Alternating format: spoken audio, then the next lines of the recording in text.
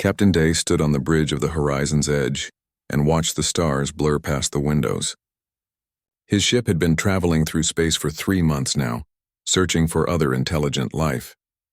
Earth had finally cracked the secret of faster-than-light travel 5 years ago. Since then, humans had built 3 colonies on distant worlds, but they had never met anyone else out here in the dark, until today. The screen in front of Day lit up with a strange signal. His tactical officer, Lieutenant Sung, leaned forward in his chair. The young man's eyes went wide. "Captain, I'm picking up something massive." "It's a ship, sir. Much bigger than ours." Day felt his heart beat faster. This was it. First contact with an alien species. He had dreamed of this moment since he was a boy. "Send a greeting message. All frequencies. Let them know we come in peace."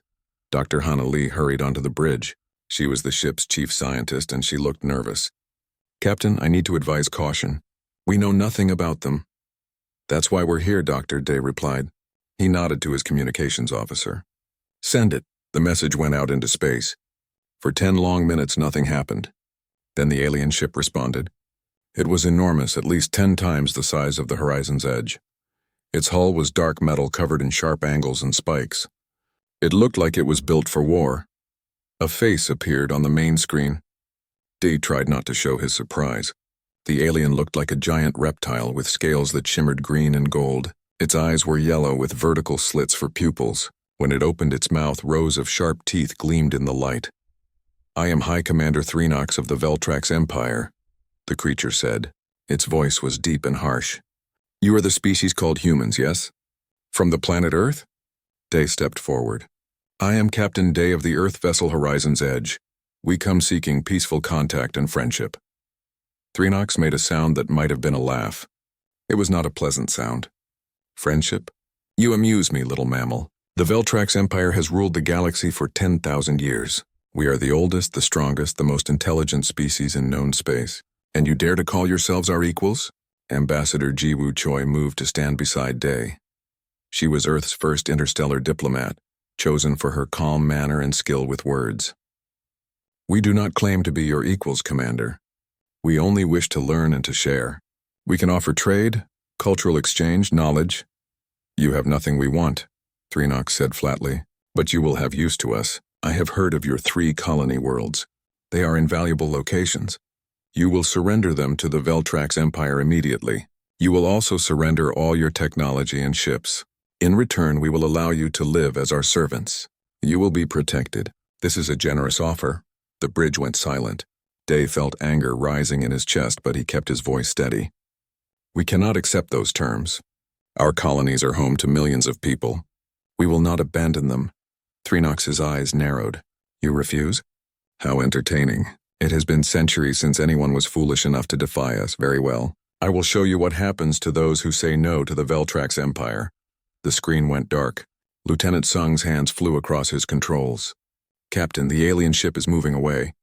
They're heading toward— Oh no! They're heading toward Kepler 442b. Kepler 442b was one of Earth's colony worlds. It had a population of 3,000 people, mostly miners and their families." Day grabbed the arms of his chair. "Follow them. Maximum speed." But the Veltrax ship was faster. Much faster. The Horizon's Edge arrived at Kepler 442b 40 minutes later. What Day saw made his blood turn cold. The colony was gone. Where there had been buildings and homes and farms, there was now only burning rubble. The Veltrax ship hung in orbit above the destruction like a dark bird of prey. Threenox's face appeared on the screen again. "This is what defiance earns you, human. Your people on this world are dead. All 3,000 of them. Now I will be generous one final time. You will return to your Earth. You will tell your leaders they have 30 days to surrender. If they do not, we will do to Earth what we did here today. Do you understand?" Day could barely speak. His hands shook with rage. "You murdered them. They were civilians, families, children." "They were examples," Threenox said calmly. 30 days, Captain. Choose wisely." The Veltrax ship vanished into faster-than-light travel, leaving the Horizon's Edge alone with the burning colony below. Dr. Hana was crying quietly at her station. Lieutenant Sung looked like he might be sick. Ambassador Jiwoo's face was pale and shocked. Day forced himself to take a deep breath. "Record everything. Every scan, every communication, every piece of evidence. We're taking this back to Earth. They need to know what we're dealing with. The journey home took 2 weeks. Day spent most of that time in his quarters thinking. The Veltrax saw humans as weak, as prey. They thought one demonstration of power would be enough to make Earth surrender. They had no idea what they had just done. When the horizon's edge reached Earth, Day was called immediately to address the United Government Council. The council chamber was filled with leaders from every nation on the planet. Day stood before them and played the recordings from Kepler 442b. The room erupted in angry voices. Some called for immediate surrender. Others demanded war. General Mina Huang, the head of Earth's military forces, stood and raised her hand for silence. "We need to be smart about this," she said. Her voice was hard as steel. "The Veltrax think they can bully us. They think we're primitive and weak. They think one attack will break our spirit." Day stepped forward. "General, with respect, we've never fought a war in space before. We've only had faster-than-light travel for 5 years. They've been a spacefaring empire for 10,000 years. General Mina looked at Day with eyes that seemed to see right through him. "Captain, do you know what makes humans different from every other species we might meet out there?" "No, General. We come from a death world," she said. "Earth has been trying to kill us since the moment we evolved. Predators, diseases, natural disasters, ice ages, droughts, floods. Everything on our planet wanted us dead, but we survived. We thrived. We learned to hunt, to plan, to adapt, to never give up. We learned to make weapons and tools. We learned to work together and to fight together. And yes, we learned to be very, very good at war." She turned to address the entire council. "The Veltrax made a mistake. They came to our home. They killed our people. They thought we would roll over and show our bellies like frightened animals. Instead, they've awakened something that should have stayed asleep." The council voted. It was almost unanimous. Earth would not surrender. Earth would fight. As the meeting ended, Day found General Mina looking at a star chart on a large screen. "Do you really think we can win?" he asked. She smiled, but it was not a kind smile. It was the smile of a predator. "Captain, they have no idea what they've just started. They think they declared war on a primitive species. What they actually did was pick a fight with the descendants of apex predators who spent millions of years perfecting the art of survival. They're about to learn a very hard lesson." Day looked at the star chart. Somewhere out there, the Veltrax were probably celebrating their easy victory. They were counting down the 30 days until Earth surrendered. They had no idea what was coming for them. The countdown had begun. In 30 days, the Veltrax would get their answer. And the galaxy would learn that humans were not prey, they were hunters. General Mina stood in the war room deep beneath Geneva. Around her, hundreds of military officers worked at computer stations. Giant screens on the walls showed Earth's defenses, ship positions, and enemy intelligence. She had 29 days left to prepare for the Veltrax attack. She was not worried. She was ready. Dr. Tay entered the room carrying a data pad. He was the head of Earth's Weapons Research Division. His face was tired but excited. "General, the new antimatter warheads are ready for deployment. We've also finished the drone swarms. Each one carries enough firepower to take out a ship twice our size." "Good," Mina said. "What about the biological weapons?" Tay hesitated. "They're ready, but General, are we really going to use them? It seems extreme." Mina turned to look at him. "Doctor, the Veltrax killed 3,000 civilians to make a point. They gave us 30 days to surrender or die. Do you think they'll show us mercy if we lose?" "No, General. Then we use every weapon we have. We cannot afford to lose this war." Across the city in a secure government facility, Ambassador Jiwoo met with Intelligence Operative Jay.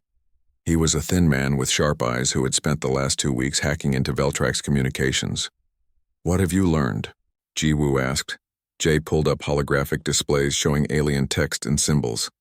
"The Veltrax think this will be easy. Their internal communications show they're only sending 3% of their total fleet to deal with us." 3%, Ambassador. They think 300 ships will be more than enough to conquer Earth." Jiwoo felt a cold anger settle in her chest. "They really do see us as primitive." "It gets worse," Jay continued. "I found their intelligence reports on humanity. They think we're soft because we value emotions and art. They think we're weak because we care about our families. They think we're stupid because we haven't been in space as long as they have. Their analysts predict we'll surrender before they even reach Earth. Do they know anything about our history? Our wars? No, Jay said with a thin smile. They know we had some conflicts in our past, but they don't understand the scale. They don't know about World War II or the Cold War. They don't understand concepts like total war or mutually assured destruction. They've never had to develop those strategies. Why not? Jay brought up images of other alien species. Because the other intelligent species in the galaxy evolved differently than we did. Most of them come from worlds with fewer predators and more resources. They developed cooperation and trade as their primary survival methods. War for them is rare and limited. The Veltrax are conquerors, yes, but even they fight in traditional ways. They meet enemy fleets in open space, they target military installations, they accept surrenders. They have rules. And we don't, Jiwoo said quietly. We have rules when we choose to follow them, Jay corrected. But when our survival is at stake, when someone threatens our home and kills our children, humans are capable of things that would horrify these aliens. We'll do whatever it takes to win. That's what 10,000 years of continuous warfare taught us. Back in the war room, Dr. Hana was giving a presentation to a group of military commanders. She stood in front of a large screen showing human and alien biology side by side. Most people don't realize how unusual we are, she explained. Humans evolved on what the galaxy would classify as a Class 12 death world. That's the second highest danger rating. Earth has more ways to kill you than almost any other planet with intelligent life. She brought up images of lions, sharks, bears, and snakes. We evolved alongside apex predators. We learned to hunt them and to hide from them. Our ancestors developed endurance hunting, where we would chase prey for days until it collapsed from exhaustion. No other species in the galaxy does this. They think it's insane. A commander raised his hand. What about our physical abilities? Are we stronger than them? Not necessarily, Hana admitted. The Veltrax are actually stronger in raw muscle power. But humans have advantages they don't understand. We have better endurance. We can function on less sleep. We heal faster from injuries. Our immune systems are incredibly aggressive because they had to fight off thousands of diseases throughout our evolution. And most importantly, we can keep fighting through pain that would incapacitate other species. She pulled up brain scans. Our pattern recognition is exceptional. We see threats everywhere because for millions of years missing a threat meant death. We can imagine thousands of possible scenarios and plan for all of them.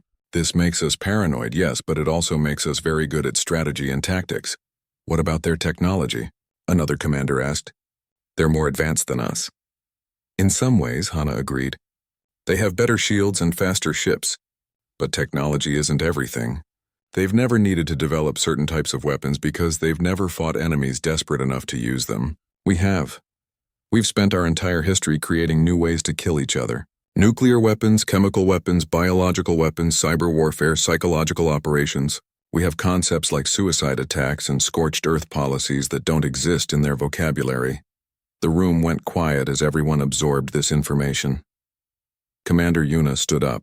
She led Earth's Special Forces and had the hardest eyes Mina had ever seen. So what you're saying, Doctor, is that we're the crazy species. We're the ones who fight dirty and never give up. Yes, Hana said simply. Every species in the galaxy thinks war is something you do with rules and honor. They think there are lines you don't cross. But humans? When pushed to the edge, when our families are threatened, when our home is at stake, we'll cross every line. We'll do things that give us nightmares for years afterward. And we'll do it because the alternative is extinction.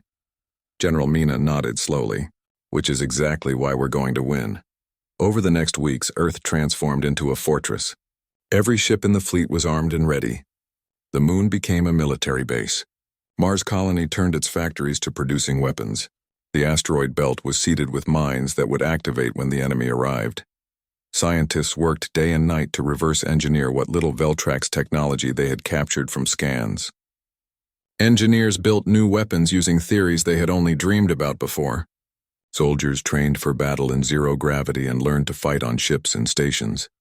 And every human on Earth watched the countdown. 20 days left, 15 days, 10 days. On day 25, Jay brought new intelligence to General Mina. The Veltrax fleet has left their staging area. They're heading toward Earth right now. They're broadcasting their intentions on all frequencies. They want the galaxy to watch humanity surrender. Mina smiled grimly. Let them watch. Let the whole galaxy see what happens when you threaten humans. Send a message to all our ships. Tell them to prepare for the fight of their lives. 5 days before the deadline, Captain Day was called back to active duty and given command of a battle group. He stood on the bridge of his new ship, the Defiant, and looked at his crew. They were young and scared but determined. "I won't lie to you," he told them. "The enemy is stronger and more experienced than us. They have better technology. They outnumber us. On paper, we should lose this fight." He paused and looked each of them in the eye. But they made one fatal mistake. They attacked our home. They killed our people. They thought fear would make us weak. Instead, they've given us something worth fighting for. They've given us rage. And humans who are angry and desperate are the most dangerous creatures in the universe. The crew cheered. Day felt pride swell in his chest. These were Earth's sons and daughters. They would not go quietly into the night. On the final day, the Veltrax fleet arrived at the edge of Earth's solar system. 300 massive warships emerged from faster-than-light travel in perfect formation. They were beautiful and terrible, weapons of an empire that had never lost a war. High Commander Thrynox broadcast a message to Earth. "Your 30 days are over, humans. Surrender now and you will live as our servants. Refuse and you will die. This is your final chance." General Mina sat in her command center surrounded by her officers. She thought about the 3,000 dead on Kepler 442b. She thought about every human who had ever fought and died to protect their home. She thought about Earth, hanging in space like a blue jewel full of life and hope and love. She opened a communications channel that would broadcast to the entire galaxy. When she spoke, her voice was calm and cold. "High Commander Thrynox, this is General Mina of Earth. You came to our home. You murdered our people. You gave us an ultimatum and expected us to bow down in fear. You were wrong. Humans do not surrender. Humans do not break. And you're about to learn why Earth has 100 words for war, and why our species has survived when millions of others went extinct. You wanted to make an example of us. Instead, we're going to make a legend out of you. A legend that parents will tell their children to teach them never to pick a fight with humans." She cut the transmission and turned to her tactical officer. "All ships, battle stations, show them what happens when you wake the sleeping monster." In orbit above Earth, the human fleet powered up its weapons.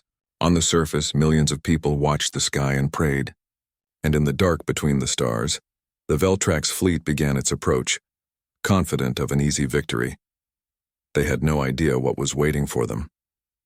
They had no idea that The Veltrax fleet moved through space like a giant metal wave, 300 ships arranged in perfect formation. High Commander Thrynox sat on his command throne and watched Earth grow larger on his screens. The small blue planet looked so fragile and defenseless. "All ships prepare to fire on my command," he ordered. "Target their major cities first. We will show them the price of defiance." But then something unexpected happened. The space around his fleet suddenly lit up with explosions. Hundreds of mines that had been hidden in the asteroid belt activated at once. 6 Veltrax ships were destroyed immediately. 8 more were heavily damaged. "What is this?" Thrynox roared. "Where did those come from?" His tactical officer's scales had turned pale with shock. "Commander, they mined the entire approach vector. I'm detecting thousands of explosive devices hidden in the asteroids." Before Thrynox could respond, human ships appeared. They came from behind the moon, from behind Mars, from positions all around the solar system. There were not as many as Veltrax ships, maybe 100 total, but they moved with purpose and speed. Captain Day stood on the bridge of the Defiant and felt his heart pounding. "All weapons fire at will. Attack pattern Delta. Do not give them time to think." The human ships did not fight like the Veltrax expected. They did not form neat lines and exchange fire in orderly combat. Instead, they swarmed like angry hornets, attacking from multiple directions at once. They used the asteroids for cover. They fired and retreated, then attacked from a different angle. "This is not honorable combat," Thrynox snarled. "They fight like cowards," but his ships were dying. Human missiles were faster and more aggressive than Veltrax weapons. They dodged defensive fire and struck with precision. The human ships themselves were smaller but incredibly maneuverable. When the Veltrax tried to target them, they were already gone. Lieutenant Sung coordinated the drone attacks from his station. "Releasing first wave now." Thousands of small drones poured out from the human ships. They were too small for the Veltrax targeting systems to track effectively. They swarmed over the enemy ships like metal insects, attaching themselves to hulls and engines. Then they exploded. 10 more Veltrax ships were destroyed. 20 were damaged and struggling. Commander Yuna led the boarding teams. Her dropships launched from the Defiant and flew straight at a damaged Veltrax cruiser. The aliens tried to shoot them down, but the small ships were too fast and flew too erratically. "Brace for impact," Una said calmly. The dropships smashed through the Veltrax hull. Una and her team poured out wearing combat armor and carrying heavy weapons. The Veltrax soldiers inside were bigger and stronger, but they had never fought humans before. They had never faced enemies who used aggressive close-quarters tactics. Una's team moved through the ship like shadows, using grenades and ambush points. They disabled the engines and destroyed the communications array. Then they planted explosives and escaped, leaving the Veltrax ship dead in space. "Target secured," she reported, moving to next objective. 3 more Veltrax ships were captured the same way within an hour. In the command center on Earth, General Mina watched the battle unfold. "Status report. 40 Veltrax ships destroyed or disabled," an officer reported. "We've lost 12 ships. Enemy morale appears to be breaking." On the Veltrax flagship, Thrinox was learning what panic felt like for the first time in his life. These humans were not fighting like civilized species. They used tactics he had never seen. Suicide drones, false retreats, attacks on communication systems, boarding actions that seemed designed to spread terror rather than capture ships. Worst of all were the broadcasts. The humans were flooding Veltrax communication channels with messages. Some showed footage of destroyed Veltrax ships. Others showed captured Veltrax soldiers being treated well by humans, telling their comrades to surrender. Still others showed images from human history, battles and wars fought with brutal efficiency. One broadcast showed a human soldier speaking directly to the camera. "You came to our home thinking we were weak. Now you know the truth. We are the species that survived the Ice Age. We are the species that split the atom. We are the species that never stops fighting. You should have left us alone." Jay smiled from his position in the intelligence center. The psychological warfare was working. Veltrax soldiers were questioning their commanders. Ships were hesitating before following orders. Thrinox tried to rally his fleet. "All ships focus fire on their largest vessels. Show them our power." But when the Veltrax fleet concentrated their fire on the human flagship, something terrible happened. The human ship was there one moment and exploded the next. But the explosion was wrong. It was too big, too bright, too hot. "Antimatter bomb," Dr. Tay said quietly from his observation post. They fell for it. The explosion consumed 20 Veltrax ships that had gotten too close. The human flagship had been a trap, filled with antimatter and rigged to explode. The real commanders were safe on other ships. Thrinox felt something he had never experienced before. Fear. Real, deep, cold fear. "All ships, retreat to safe distance. We need to regroup." But the humans did not let them retreat peacefully. They chased the fleeing ships, picking off stragglers, launching more drone attacks, disabling engines so ships were left drifting in space. By the time the Veltrax fleet had pulled back beyond weapons range, they had lost more than half their ships. The survivors were damaged, demoralized, and terrified. Captain Day received a priority message from General Mina. "Captain, they're trying to regroup. Don't let them. Press the advantage. Show them that humans do not accept stalemates." "Understood, General." Day turned to his crew. "All ships pursue. Lieutenant Sung, target their command ship. I want Thrinox to see us coming." The Defiant and a strike force of 30 human ships accelerated toward the Veltrax flagship. Thrinox watched them come on his screens and realized with horror that the humans were not going to stop. They were not going to negotiate. They were coming for him specifically. "Evasive action," he ordered. But Dr. Tay had prepared for this. The human ships launched missiles that released clouds of metallic particles. The particles disrupted the Veltrax sensors and communications. The flagship was suddenly blind and deaf. Una's boarding team hit the flagship from 3 different directions. They fought their way to the command deck with ruthless efficiency. Veltrax soldiers tried to stop them but were overwhelmed by human aggression and tactics. Una kicked open the door to the command throne room. Thrinox stood there with his personal guards' weapons drawn. "Surrender," Una said simply. "Never," Thrinox hissed. "I am a high commander of the Veltrax Empire. I do not surrender to primitives." "Then you die," Una replied. The firefight was brief and brutal. When it was over, Thrinox lay wounded on his own command deck. Una stood over him. "You came to our home," she said quietly. "You killed our people. You thought we would be easy prey. Now you know better. Now you know what humans are capable of when you threaten what we love. Threenox looked up at her with dying eyes. What kind of monsters are you? The kind you created, Yuna answered. We wanted peace. You brought war. This is what you get. The Veltrax flagship exploded 10 minutes later. The remaining enemy ships saw their commander's vessel die and their formation collapsed. Some tried to flee. Others surrendered. A few kept fighting but were quickly destroyed. 6 hours after the battle began, it was over. The Veltrax fleet was destroyed. More than 200 ships were gone. The survivors limped away in retreat, broadcasting their surrender. General Mina addressed Earth and the watching galaxy. Let this be a lesson to any species that thinks humans are weak. We are not conquerors, we are not warmongers, but we are survivors, and we will do whatever it takes to protect our home and our people. The Veltrax came here to demonstrate their power. Instead, they have demonstrated ours. Around the galaxy, billions of aliens watched the recordings of the battle. They saw how humans fought with creativity and ferocity. They saw the destroyed Veltrax fleet. They saw a species they thought was primitive completely destroy an empire that had ruled for thousands of years, and they were afraid. In the weeks that followed, human ships did not stay home to celebrate. Captain Day led a fleet to Veltrax territory. They found a mining world called Terminus 7, where the Veltrax kept slaves from a dozen different species. Day broadcast a message to the planet. This is Captain Day of Earth. We are here to free you. Any Veltrax soldiers who surrender will be treated fairly.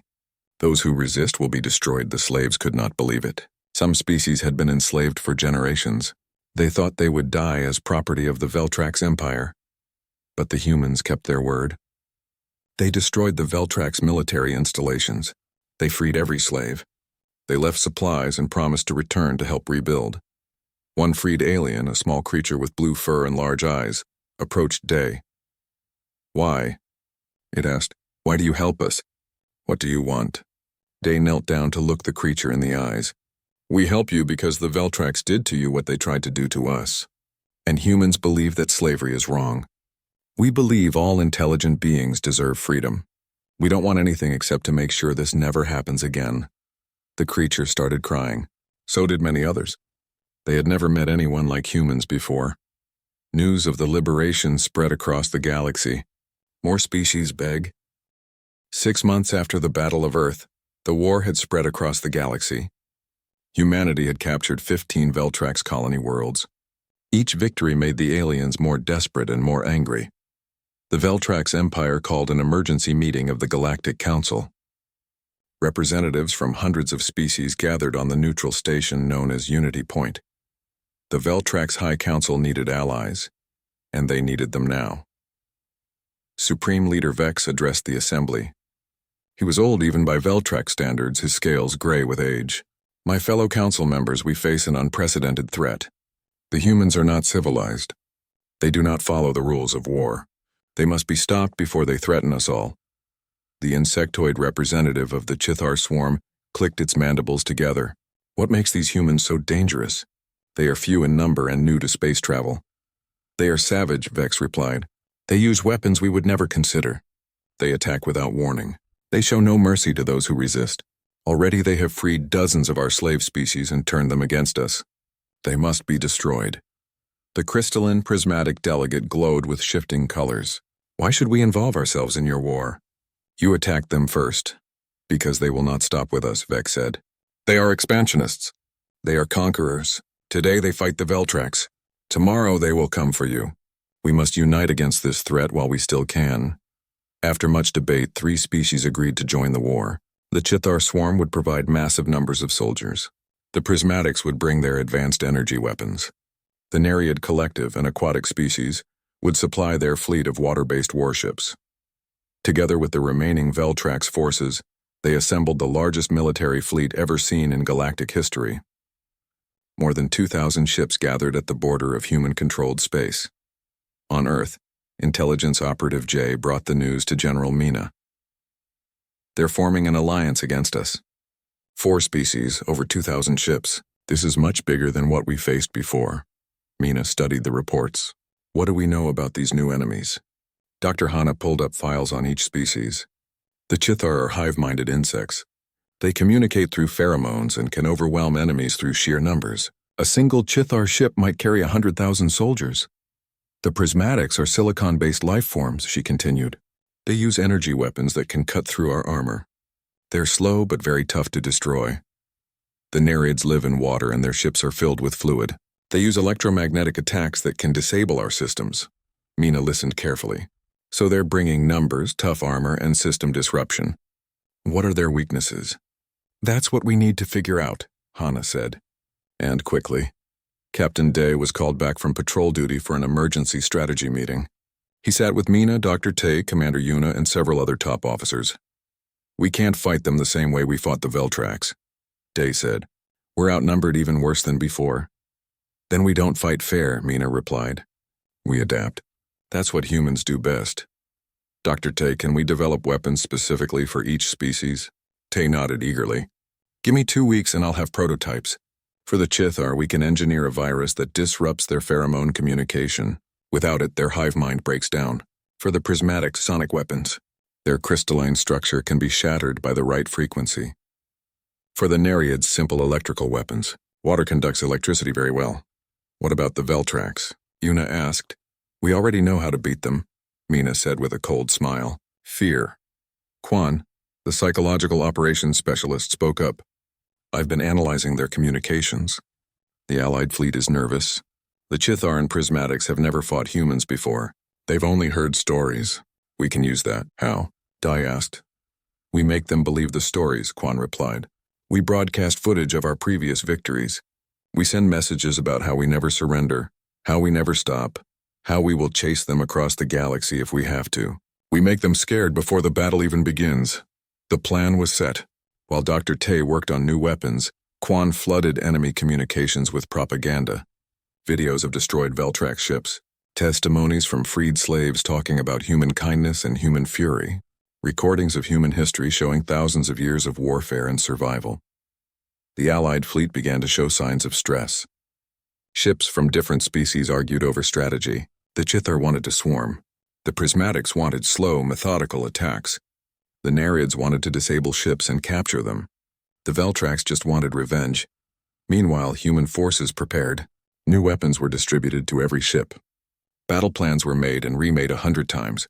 Every possible scenario was considered and planned for. The two fleets met at a system called Haven 7. The Allied force came in with overwhelming confidence. 2,000 ships against 300 human vessels. It should have been an easy victory. It was a massacre. When the Chithar deployed their soldier swarms, human ships released clouds of engineered virus.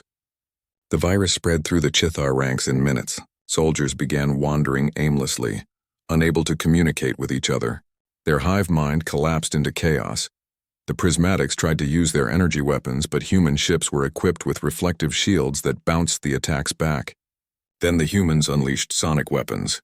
The sound waves resonated through the prismatic ships, shattering their crystalline bodies from the inside. The Nereids thought their electromagnetic attacks would disable human systems. Instead, they found human ships had been shielded and grounded specifically against electrical attacks. Then human ships fired electrical torpedoes into the Nereid vessels. The water inside their ships became conductors. Entire crews were electrocuted in seconds. The Veltrax ships tried their traditional tactics, but humans had learned all their patterns. Every move the Veltrax made was predicted and countered. Commander Yuna led boarding teams onto captured ships. Secure the prisoners. Treat them well. We want them to tell their people that humans are not monsters. But the battle itself was monstrous. In 3 hours, half the Allied fleet was destroyed. The survivors retreated in complete disorder, different species blaming each other for the defeat. Admiral Juan, who had been promoted to command all human space forces, broadcast a message to the retreating enemy. You thought numbers would save you. You thought your technology would protect you. But humans have spent our entire existence fighting enemies with advantages. We learned to adapt. We learned to think. We learned to turn our enemy's strengths into weaknesses. Go home. Tell your leaders what happened here. Tell them that humans are not to be underestimated. Around the galaxy, the Battle of Haven 7 became legendary. 4 species working together had been defeated by one. The impossible had happened again. The Galactic Council convened in another emergency session. This time many species were absent. They wanted nothing to do with the war against humans. The Chithar representative spoke in a broken voice. We lost 300,000 soldiers. Our hive queens are demanding we withdraw from this conflict. The prismatic delegate simply said, Our people are terrified. We will not fight humans again. The Nereid ambassador added, We made a mistake. We should have listened to the freed slaves who told us humans were liberators, not conquerors. Only the Veltrax remained committed to the war, but even they were wavering. They had lost more than half their territory. Freed slaves were forming their own governments with human support. The empire that had lasted 10,000 years was crumbling. Back on Earth, Yoon was writing the official history of the war. She interviewed soldiers, commanders, and civilians. One question she asked everyone was the same. Why do you think we're winning? The answers varied, but one theme repeated. Humans adapted. Humans learned. Humans never gave up. Lieutenant Sung, who had been promoted to commander after his performance in multiple battles, put it simply. They thought space war would be like the wars they knew, but we brought Earth warfare to space. We brought guerrilla tactics and total war strategy. We brought the desperation of a species that has survived every disaster nature could throw at us. They weren't ready for that. Nobody was. General Mina received a secret communication from within Veltrax territory. It was from a group of Veltrax civilians who wanted peace. Please, they begged, our leaders will not surrender. But our people are dying. Our worlds are burning.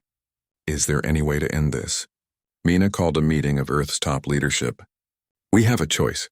We can push forward and destroy the Veltrax completely, or we can offer terms for peace. Ambassador Jiwoo, who had been working with freed aliens, spoke firmly. We didn't start this war for conquest. We started it because they forced us to. If they're willing to genuinely surrender and change, we should give them that chance. What if they rebuild and attack again? Someone asked. Then we'll beat them again, Mina said. But Ambassador Jiwoo is right. We're not conquerors. We're defenders. The Veltrax people are not our enemies. Their leaders are. The decision was made. Earth would offer surrender terms, but they would not be gentle. The Veltrax Empire would be dissolved. War criminals would face justice. Freed species would be protected. And humans would have a permanent presence in this region of space to prevent future aggression. Admiral Huan's fleet positioned itself just outside. The siege of the Veltrax homeworld lasted 21 days. Admiral Huan kept his fleet in orbit, a constant reminder of human power. On the surface, the Veltrax government fell apart as civilians revolted against their leaders. On day 22, a transmission came from the planet. An elderly Veltrax female appeared on screen.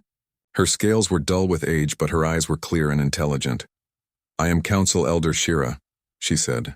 I speak for the Veltrax people, not the military commanders who led us into this disaster. We surrender unconditionally. We accept your terms. Please, no more death. Admiral Huan nodded slowly. The war is over. Prepare to receive our delegation. 3 days later, representatives from Earth landed on the Veltrax homeworld. Ambassador Jiwoo led the delegation. She walked through streets filled with watching aliens, some hostile, most just tired and scared. The surrender ceremony took place in the Grand Hall where Veltrax emperors had been crowned for thousands of years. Now it hosted the signing of the Treaty of Earth, as it would be called. General Mina read the terms aloud. The Veltrax Empire is dissolved. All military forces will be disbanded and weapons surrendered.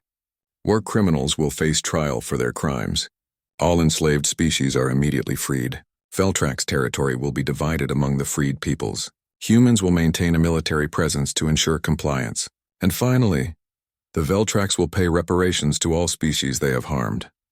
Elder Shira signed the document with a trembling hand. We accept these terms. We only ask for mercy for our civilians who had no part in the war crimes. The innocent will not be punished, Jiwoo assured her. We are not here for revenge. We're here to make sure this never happens again. News of the surrender spread across the galaxy in hours. The impossible had happened. The Veltrax Empire, which had ruled for 10 millennia, was gone. Destroyed by a species that had been in space for less than 10 years. The Galactic Council called an emergency summit. Every major species sent representatives. For the first time, humans were invited to attend. Captain Day, now promoted to Admiral, represented Earth. He walked into the council chamber wearing his military uniform, scarred from battle. The other delegates stared at him with a mixture of fear and respect. The council leader, a floating jellyfish-like creature named Eldest Orn, spoke first. Admiral Day, on behalf of the Galactic Council, we offer humanity full membership and a seat on the Leadership Council. We also wish to formally apologize for not intervening when the Veltrax attacked your colony. We thought it was a minor border dispute. We did not understand what kind of species you were. Day stood silent for a moment, then spoke. We accept membership, but let me be clear about something. Humans did not want this war. We wanted to explore, to learn, to make friends among the stars. The Veltrax forced us to fight. We did what we had to do to survive. And you did it with terrifying efficiency. An alien delegate whispered. Yes, Day agreed, because that's what humans are good at. We adapt. We survive, we win, but we also have the capacity for mercy, for kindness, for building instead of destroying. We freed slaves when we could have made them our own. We offered peace when we could have committed genocide. That's also what humans are. The council voted. Humanity was given not just membership, but a permanent seat with veto power. Earth had become one of the most powerful voices in galactic politics in less than a year. Back on Earth, life slowly returned to normal. Children went to school. People went to work. But everything had changed. Humans now knew they were not alone in the universe, and they knew they could defend themselves. Dr. Hanna founded the Galactic Xenobiology Institute. She worked with scientists from hundreds of species, studying how different forms of life evolved and how they could coexist peacefully. Dr. Tay converted his weapons research division to peaceful purposes. He developed new technologies for terraforming, medicine, and space travel. I spent a year figuring out how to kill aliens efficiently, he said. Now I want to spend the rest of my life figuring out how to help them live better. Commander Yuna trained the first mixed-species military force in galactic history. Humans, freed Veltrax, former slaves, and volunteers from peaceful species all learned to work together. The best way to prevent future wars, she explained, is to teach everyone how we fight. Then nobody will be stupid enough to start one. Lieutenant Sung, now Captain Sung, commanded a patrol fleet that protected the borders of freed territories. He made sure no new empire could rise to threaten weaker species. Jay ran Earth's intelligence service, monitoring the galaxy for threats. But most of his work now focused on helping rebuild devastated worlds and preventing conflicts before they started. Quan shifted from propaganda to diplomacy. He used his understanding of different species to help negotiate trade agreements and cultural exchanges. It's more satisfying to build bridges than to burn them, he said with a smile. Admiral Huan commanded the Terran Defense Fleet, the most powerful military force in the galaxy. But his ships rarely saw combat. Their mere presence was enough to discourage aggression. Yun finished writing her history of the war. It was published in 100 languages across dozens of worlds. The title was simple: The Awakening, How Humanity Changed the Galaxy. The book became required reading in schools across space. Young aliens learned about Earth's violent history and how humans had channeled that violence into protecting others. They learned about the concept of righteous anger, of fighting for justice, of never giving up. 20 years passed. The galaxy had transformed. Species that had been enslaved for generations now had their own governments. Trade flourished. Art and culture were exchanged. The Galactic Council actually worked to solve problems instead of just maintaining the status quo. But nobody forgot the war, especially not the Veltrax. On the 20-year anniversary of the surrender, Admiral Day visited a memorial on the former Veltrax homeworld. It was called the Garden of Remembrance, dedicated to all who had died in the war from all species. A young Veltrax approached him. The alien was barely an adult, wearing the uniform of the Galactic Peace Corps. Admiral Day, I wanted to meet you. My name is Crix. I study at the Human Military Academy on Mars. Day looked at the young alien with surprise. A Veltrax studying at our academy? My parents were civilians during the war, Crix explained. They lost everything because of what our leaders did. When I was old enough to understand, they told me about humans. Not the propaganda about monsters, but the truth. You freed slaves. You offered peace. You showed mercy when you could have destroyed us completely. I wanted to learn from you. I wanted to understand what makes humans so strong. And what have you learned? Day asked gently. Crix thought carefully before answering. I learned that humans are strong because you remember your weakness. You know what it's like to be prey, to be threatened, to face extinction. You fight so hard because you've almost lost everything before, but you also show mercy because you understand suffering. You're warriors and healers at the same time. Day smiled. You learned well. What will you do with this knowledge? I'm going to help make sure no species ever has to experience what mine did to yours, Crix said firmly. I'm going to be a protector like you. They walked through the memorial together, human and Veltrax, former enemies now walking in peace. Around them, families from a dozen species paid their respects to the dead. Elsewhere in the galaxy, similar scenes played out. Humans served as mediators in disputes. Human hospitals treated aliens with diseases that human medicine could cure. Human ships explored new regions of space alongside vessels from friendly species. Ambassador Ji Wu, now retired, gave a lecture at the University of New Earth. Students from across the galaxy sat in her classroom, eager to learn from the diplomat who had helped end the war. What's the most important lesson you learned? A student asked. Ji Wu thought back to the day the Veltrax destroyed Kepler 442b. She remembered the anger, the fear, the determination. Then she thought about everything that came after. I learned that strength without wisdom leads to tyranny, she said. The Veltrax were strong, but they used their strength to dominate others. Humans are strong too, but we chose to use our strength to protect the weak. That's the difference between power and justice. Power is what you have. Justice is what you do with it. General Mina, now in her 80s, gave one final interview before she retired completely. A young human journalist asked her the question everyone wanted to know. General, do you think humans will ever fight another war like that? Mina looked tired, but her eyes were still sharp. I hope not. War should always be the last option, used only when all other options fail.